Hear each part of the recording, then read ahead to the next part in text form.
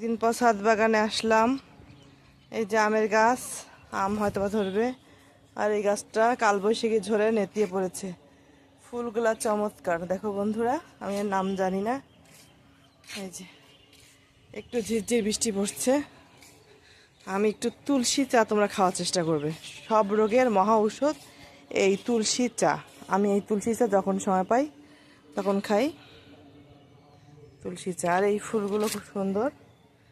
এগুলো মনে হয় কী ফুল যে, তোমাদের যে জানা থাকে তা তোমরা কমেন্টে জানাইও। ঠিক আছে, তুলসী পাতা কোনগুলো? আর দেখো ছাদের মধ্যে সাইকেল চালাচ্ছে। আর ওই দেখো দূরে বাচ্চাগুলো বিকালে খেলতেছে, দেখছো? ওরা খেলতেছে।